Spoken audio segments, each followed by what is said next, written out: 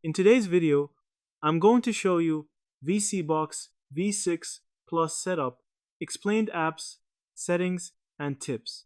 The Vseebox V6 Plus is an Android-based TV streaming box powered by an Amlogic 905 Wi-Fi chipset.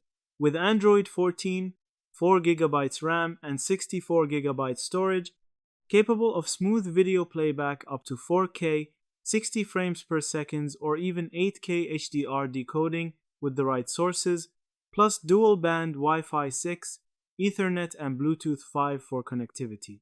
It also comes with a backlit Bluetooth remote for easy control even in dark rooms. 1. Physical setup. Unbox the unit and connect it to your TV using the included HDMI cable. Plug in the power adapter, then power on both the box and your TV. Make sure to insert batteries into the backlit remote and pair it if needed. Basic infrared control works by default, but Bluetooth pairing lets you use voice or extended range. 2. Connect to Internet.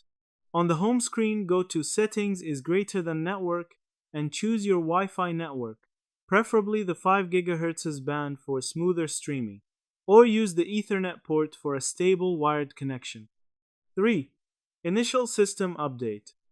Before installing apps, go to Settings is greater than Device, Preferences is greater than About, is greater than System Update, and install any available updates.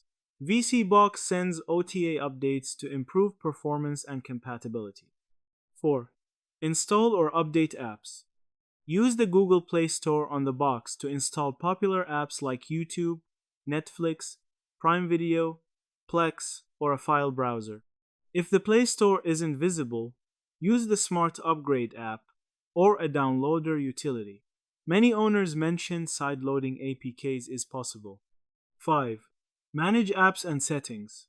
In Settings is greater than Apps, you can remove apps you don't want, check storage, or uninstall unused APKs. For unknown apps, you may need to allow installation from unknown sources only for the specific app that needs it. Don't enable it globally for safety. 6. Launcher and customization. You can rearrange apps or install a third-party launcher if you prefer a different home screen. Some users customize their box with alternate launchers like Wolf Launcher for easier navigation. And that's it. Thank you for watching this video.